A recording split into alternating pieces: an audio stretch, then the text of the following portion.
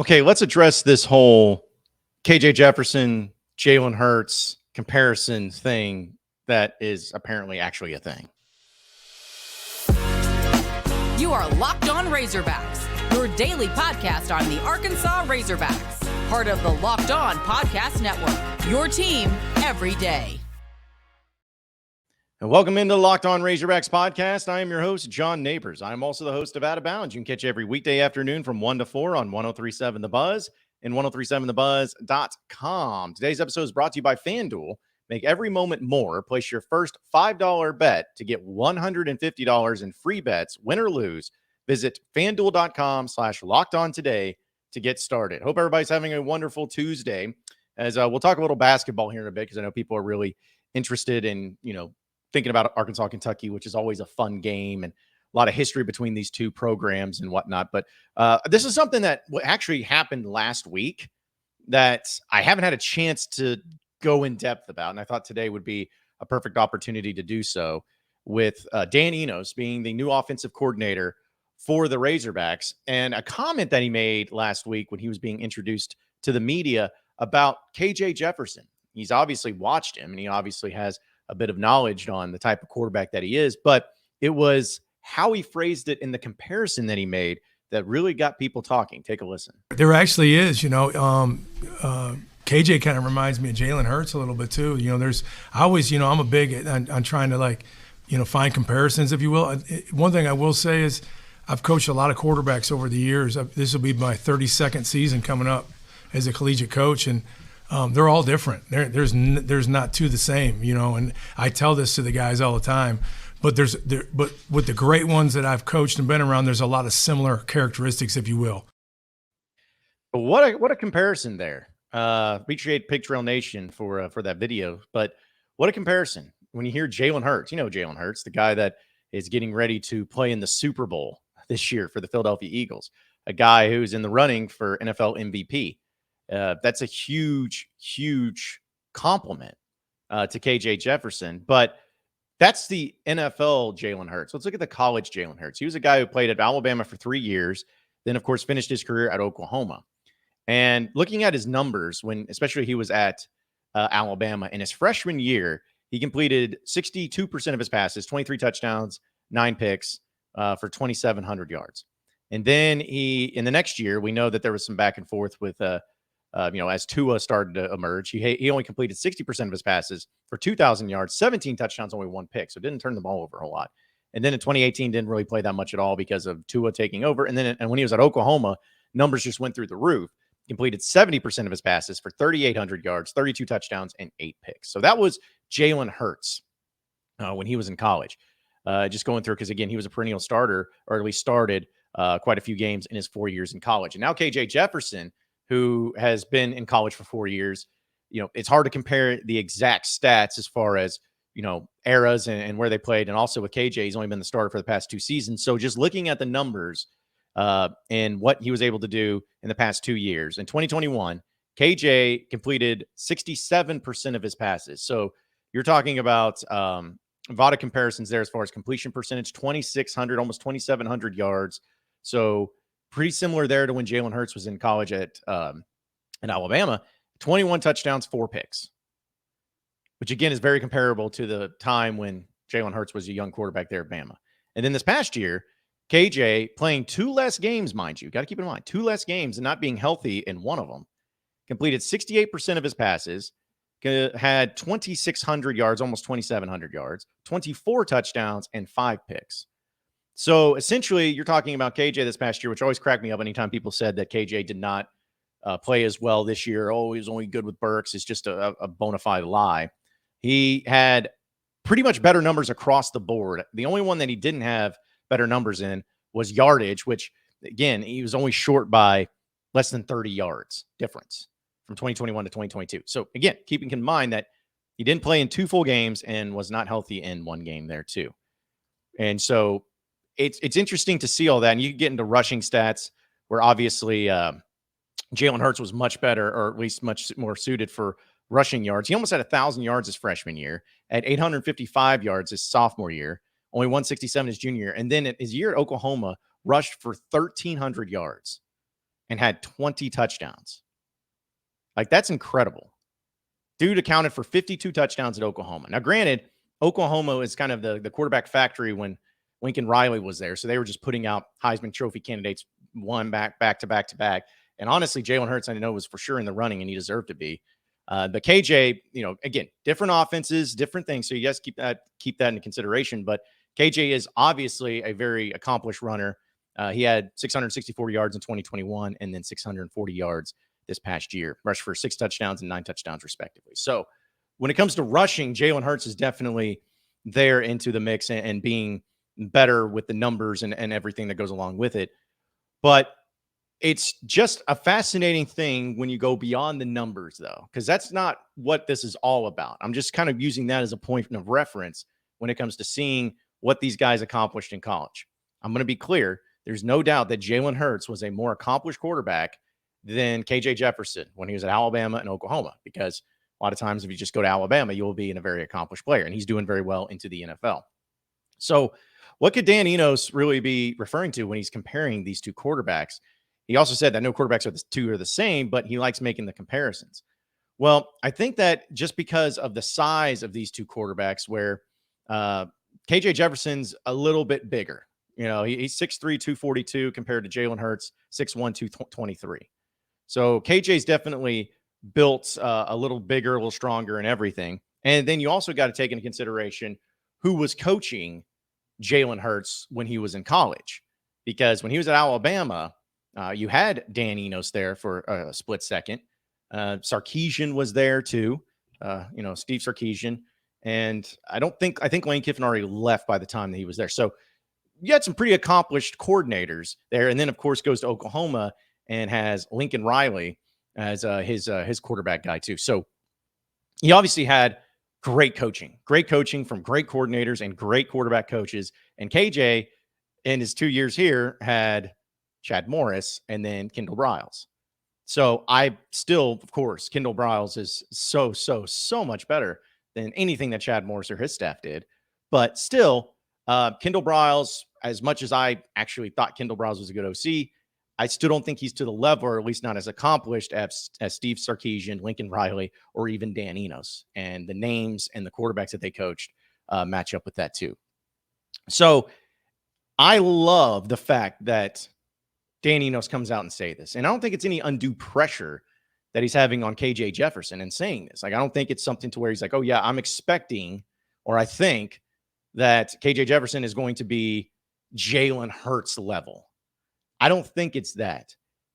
But when you're talking about a guy like Dan Enos, who has coached so many great quarterbacks in the college game, coached both of the Tagovailoa guys, coached Jalen Hurts, coached Mac Jones, coached Brandon Allen, coached Austin Allen, the list goes on and on. That's a guy who knows what great quarterback play looks like. And he knows what great quarterbacks look like at the college level. He knows what the prototype is.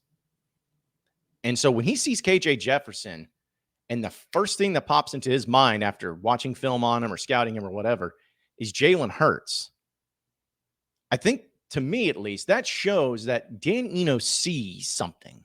He sees something in KJ Jefferson. He sees where I have had someone like this. I've coached someone like this, and I see it in him. We just got to bring it out of him. We got to put him in that position to have him do those things and to be that type of player. It is possible. We just got to put it together for him. Like, that thrills me to death to hear that. So I'm not trying to go above and beyond and look at some sort of unrealistic expectation when it comes to what KJ Jefferson's going to do in 2023 in this football season, because there's still a lot of different factors that go into it. The wide receivers that are going to be there with KJ, the offense in general, the run game, the offensive line. Like, there's so many factors that determine what are going to be helpful to these quarterbacks. And to be perfectly honest, this is not an Alabama team that has littered with 5-star talent across the board like what Dan Enos had when he was coaching Jalen Hurts and other guys at Alabama. Like, that's just not realistic.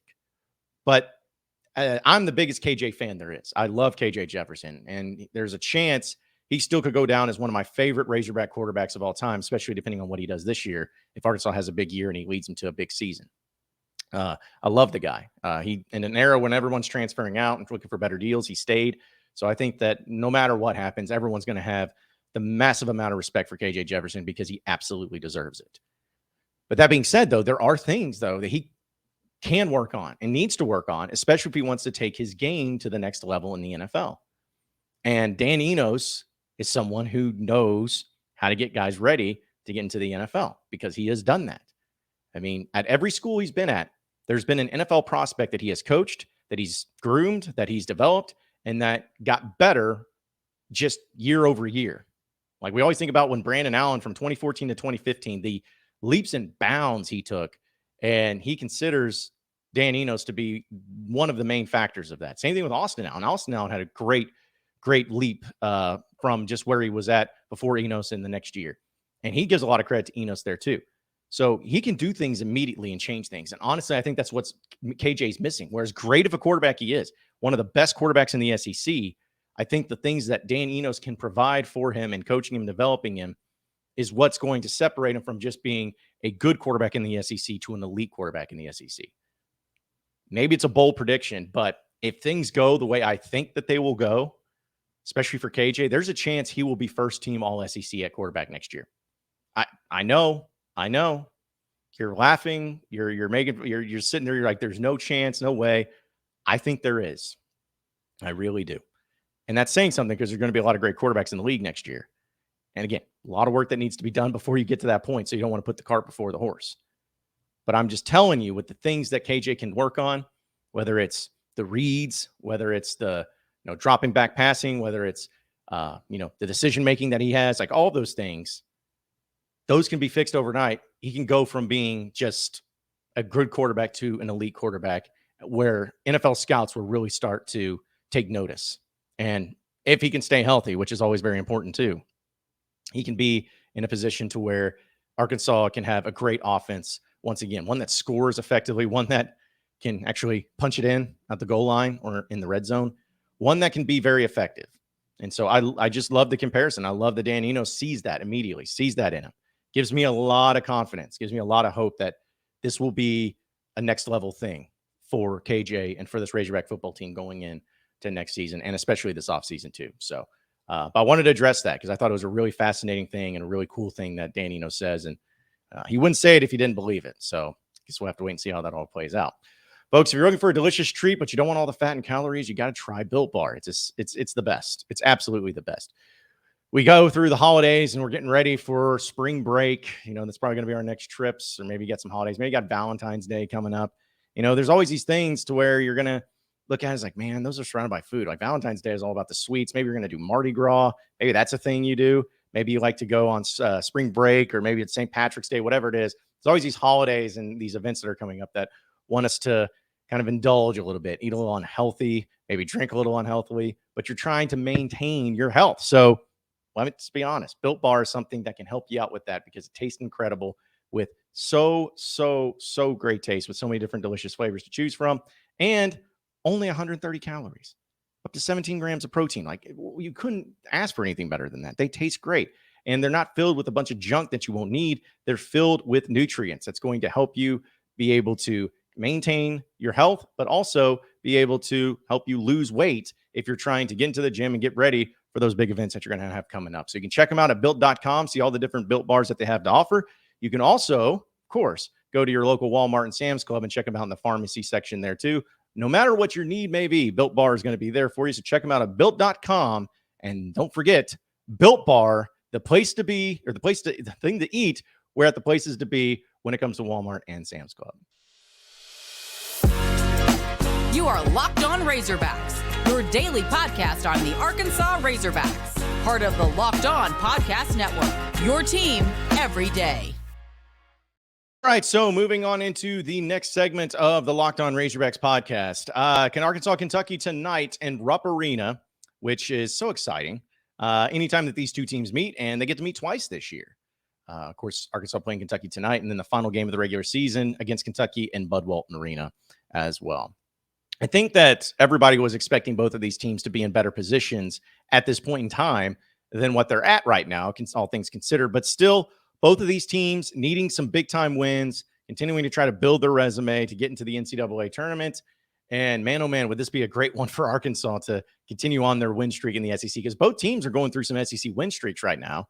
Kentucky definitely has the best win of them all, as they were able to beat Tennessee in impressive fashion on the road too. So Arkansas is kind of looking for that big marquee win in the conference, because Texas A&M at home is the only one that they have in the SEC so far that's really of note. Missouri's not bad either. So, but the net rankings between these two teams are pretty close. But it's just going to be interesting to see how these two teams fare against each other, because the matchups themselves are going to be really interesting. So Kentucky's actually the best three-point shooting team in the SEC, and Arkansas does a really good job of guarding the three-point shot, even though some people don't like to believe it. Percentage-wise and everything, Arkansas still does a really good job of it. So something's going to give there. And also, Oscar Tshiebwe is the guy that you got to look out for. Dude obviously killed Arkansas last year, which was huge. And then you had, what he was able to do with 16.5 points and 13.6 rebounds per game this year. He's a menace. But the one thing that I'll say about what Oscar Tshiebwe is able to add in to the mix is that he has had times where the offense stalls out when he's been in. I know that if you follow some Kentucky media people, they've talked about the offense. Just it's not as good when Oscar's on the floor. As long as he's just rebounding and, trying to, be great defensively, like that's kind of more of his game. And he can get, offensive rebounds and putbacks and dunks and all that too. But I just don't see Oscar Tshiebwe being able to dominate Arkansas like he did last year, because Arkansas does have some better bigs. I think the Mitchell twins, of course, are the best ones out there. Jalen Graham, I think offensively is much better than obviously what the Twins do, but you're going to need defense on Tshiebwe. So it's going to be key for both the Mitchell twins to stay out of foul trouble and to be down there and to try to make it tough on him too. But Carson Wallace, Jacob Toppin, guys that Arkansas fans are very familiar with for what they've done this year. Carson Wallace is one of the better three-point shooters out there too. He's averaging 11.3 points. Toppin's 11.5. And even Xavier Wheeler comes off the bench. He can provide a spark there too. So size-wise, Arkansas and Kentucky really size up well.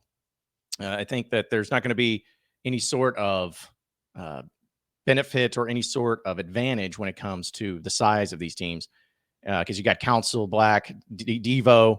The Mitchell twins will probably be starting tonight, I would assume. Maybe Musk goes with something different just to kind of make sure that both the Mitchell twins aren't putting in too much. But looking at the team comparison of points and everything, Kentucky's averaging 75 points, Arkansas 74.5 points. Almost dead even there. Kentucky gives up 66.8 points when Arkansas only gives up 65.2 points.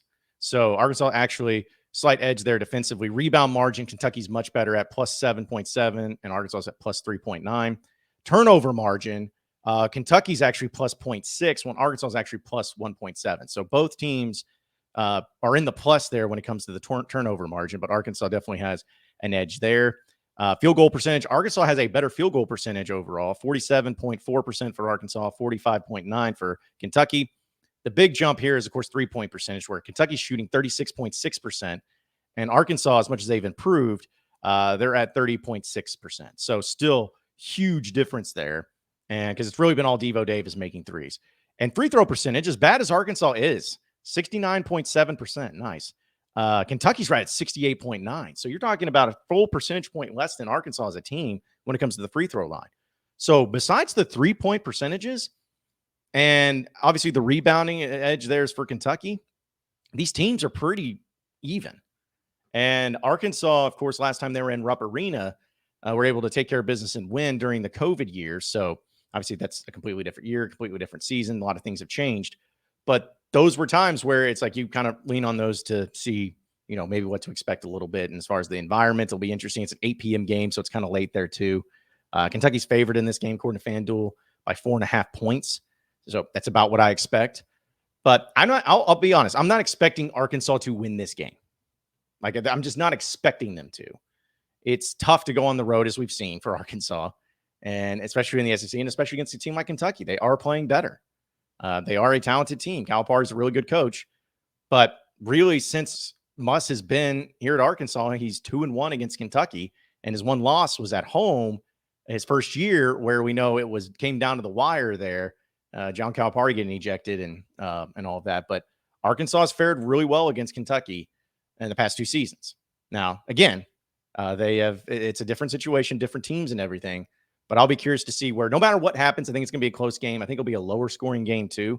I could see Kentucky winning this game like 68-64, something to that nature. But Arkansas is just going to need to, get the games out of Devo Davis, out of Ricky Council.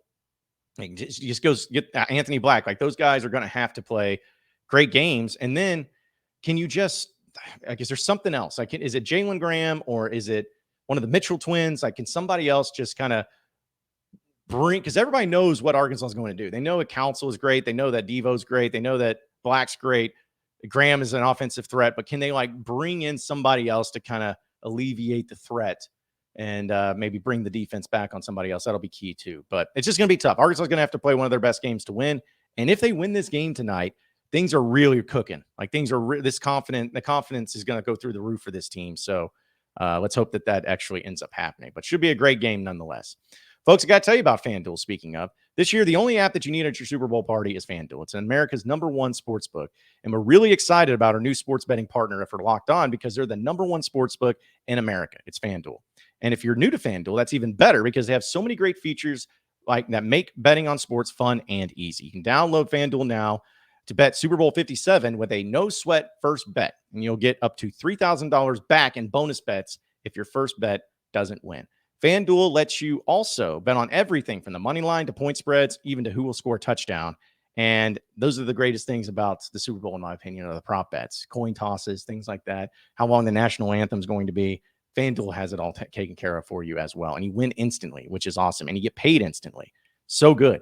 So feel free to check it out because I promise you won't be disappointed when you get to see exactly how easy it is to use, how fun it is to use, and the different ways that you can make money on it. So again, join FanDuel.com at FanDuel.com/LockedOn to claim your no-sweat first bet on Super Bowl 57. That's FanDuel.com/LockedOn. Make every moment more with FanDuel, official sportsbook partner of the NFL. You are Locked On Razorbacks, your daily podcast on the Arkansas Razorbacks, part of the Locked On Podcast Network, your team every day. All right, so final segment here on the Locked On Razorbacks podcast. Arkansas, Kentucky, as we mentioned tonight. And the thing that always gets brought up, and it cracks me up so much, is Slobber Hog. Like the logo, the old school logo of Slobber Hog that used to be on Bud Walton Arena court. A lot of you remember it. If you're watching on YouTube, you can kind of see it there in my thumbnail. It looks a little weird, though. I think the white went out of it, but still. You know what I'm talking about whenever you think about Slobber Hog. And Arkansas and Eric Musselman tweeted out these jerseys that they're going to be wearing tonight against Kentucky. And I'm going to put a picture of it right there. It is the Slobber Hog right there on the logo, or where the logo normally is on the jersey. They have it on the pants there too.